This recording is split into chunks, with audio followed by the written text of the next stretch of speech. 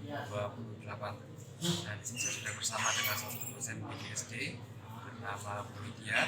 Kita akan membahas tentang permasalahan di prodi PGSD dan juga penggunaan teknologi dalam pembelajaran atau pendidikannya. Baik, bagaimana kabarnya Bu Lydia? Ya, keras ya suaranya. Oke, permasalahan dalam prodi PGSD apa sih yang sedang terjadi di sini? Permasalahan sebenarnya banyak ya.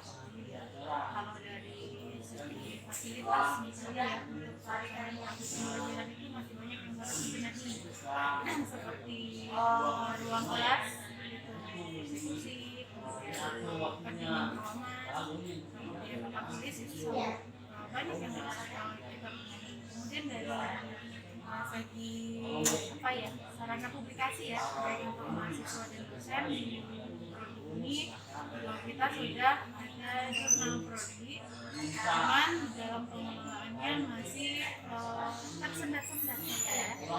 Misalnya dari segi penerimaan artikel, karena jurnal kita ini kan belum dapat akreditasi, jadi masih belum dikenal. Kemudian peneliti dari luar untuk publikasi di kita itu juga masih mikir-mikir gitu ya. Kemudian sebenarnya jurnal kita ini sudah terbit ya beberapa kali, cuman memang dalam proses reviewnya itu ada beberapa hal yang terlewati, seperti peran reviewernya belum terlaksana sepenuhnya, ada beberapa yang terskip, tapi tetap kita usahakan gimana caranya publish sesuai dengan periode yang sudah kita tetapkan. Baik, nanti ada dua, sarana prasarana, kemudian itu kan bagian fakultas universitas itu. Kemudian nanti tentang jurnal ini sudah terbit berapa kali terbitnya? Sudah dua kali terbit. Terakhir itu kemarin bulan Juli tahun 2020. Ada dua terbit, jadi memang belum terakreditasi karena syarat akreditasi jurnal kalau tidak salah 45 kali. Nah, kemudian tadi terkait ada yang terskip. Nah, skip ini berarti kan ada yang melewati tahapannya gitu ya. Melewati bagaimana sih peran pengelola jurnal jurnal PGSD ini, apakah sudah berjalan dengan tugasnya masing-masing atau bagaimana? Kalau untuk peran pengelola jurnal itu sebagian sudah berjalan dengan baik, sebagian lagi belum. Yang belum ini hanya faktornya karena kesibukan mereka dan juga karena waktu ya. Tadi saya sudah sebutkan kalau kita kesulitan untuk memperoleh artikel dari penelitian dari luar. Nah, jadi seperti proses reviewer itu kadang kita menerima artikel itu langsung ke personal, jadi mereka tidak submit di jurnal kampus gitu loh. Jadi melalui Jakpria nanti langsung yang ngeditnya itu secara personal, nggak ada timbal baliknya itu loh, nggak ada. Jadi ketika pengelola sudah ngerasa oke, ini sudah layak, jadi sebenarnya kita publish tanpa adanya alur-alur yang harus dilalui. Baik, tadi alur-alurnya belum sesuai dengan harapannya, terus lewatnya juga Japri baik. Sabunnya nggak lewat ini ya, nggak lewat OJS-nya, jadi langsung jadi lewat WA karena secara personal. Jadi tadi publikasinya belum banyak yang tahu, ada jurnal Santalemo, kemudian prosesnya juga tidak melalui tahapan yang semestinya, pakai Japri lewat WA, kemudian yang input juga editornya gitu ya, yang input. Jadi tadi peran-perannya ini belum, alurnya ya belum terlaksana dengan baik. Kalau untuk peran-peran misalkan sudah tahu belum sih setiap misalkan ada editor itu kerjanya apa, kemudian editornya, kemudian reviewernya, apakah setiap pengelola jurnal ini sudah mengetahui perannya, job desk-nya, kerjanya seperti apa, atau masih belum tahu, belum paham? Kalau untuk keseluruhan saya tidak bisa memastikan. Kalau untuk kita yang sering ketemu nih itu udah ngerti lah job desk-nya seperti apa.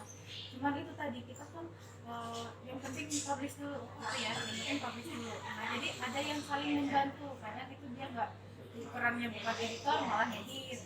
Yang penting gimana sih caranya supaya ini publish sesuai dengan waktu yang memang banyak yang harus kita benahi, banyak yang harus kita luruskan biar benar-benar sesuai dengan mana yang sudah ada. Baik, mudah-mudahan jadi meskipun ada Paul ini sebagai editor, tapi bukan bagiannya tapi malah ngedit gitu ya. Iya.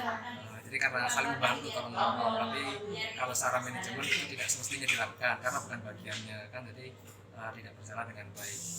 Baik, itu wawancara saya dengan salah satu dosen PGSD terkait permasalahan program studi PGSD. Terima kasih atas waktunya Bu Widya. Selamat bertugas kembali, selamat main kembali. Sekian dari saya. Wassalamualaikum warahmatullahi wabarakatuh.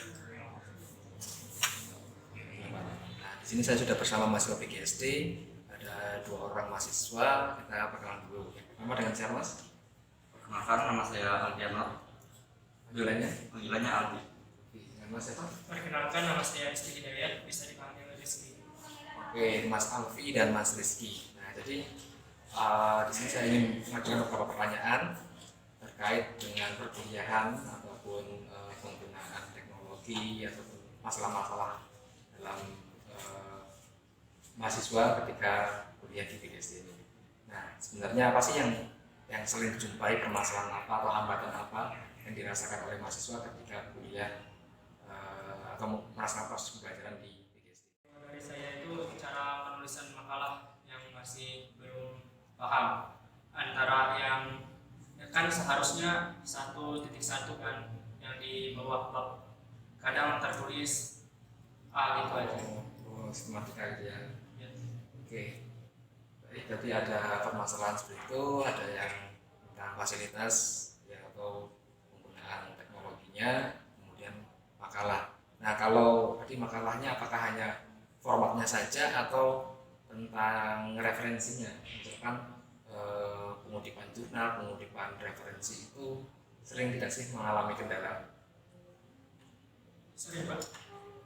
Kalau untuk pembuatan makalah itu bisa dibilang susah, soalnya kalau mencari sumber referensi itu agak kebingungan.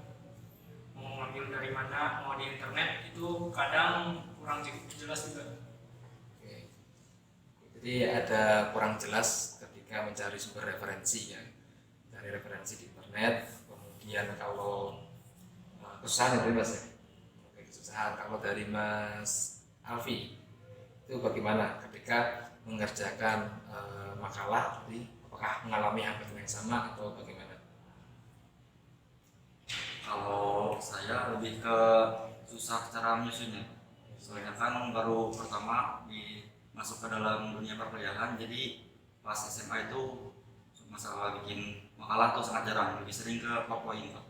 Jadi terkejut, kemudian kurang tahu juga cara nyusunnya itu gimana. Oke, penyusunan makalah ya, penulisannya itu referensi-referensi itu yang kadang dialami oleh beberapa mahasiswa. Kemudian terkait jurnal di PGSD, apakah sudah pernah melihat atau membaca jurnal yang ada di program studi PGSD ini? Kan ada jurnal Sangkalemu, apakah pernah melihatnya atau belum? Kalau saya belum pernah. Sama, belum pernah. Oke, belum pernah, berarti tentang jurnal yang ada di PGSD sendiri masih ada mahasiswa yang belum mengetahui bahwa PGSD, program studi PGSD di FKIP Palangkaraya ini mengeluarkan atau menerbitkan jurnal. Dan memang baru tahun ini, baru 2 kali terbit, jadi masih banyak mahasiswa yang belum mengetahui jurnal. Oke, itu saja. Terima kasih kepada Mas Alfi dan juga Mas Rizky ya, atas waktunya. Sekian wawancara saya dengan 2 orang mahasiswa. Terima kasih. Wassalamualaikum warahmatullahi wabarakatuh.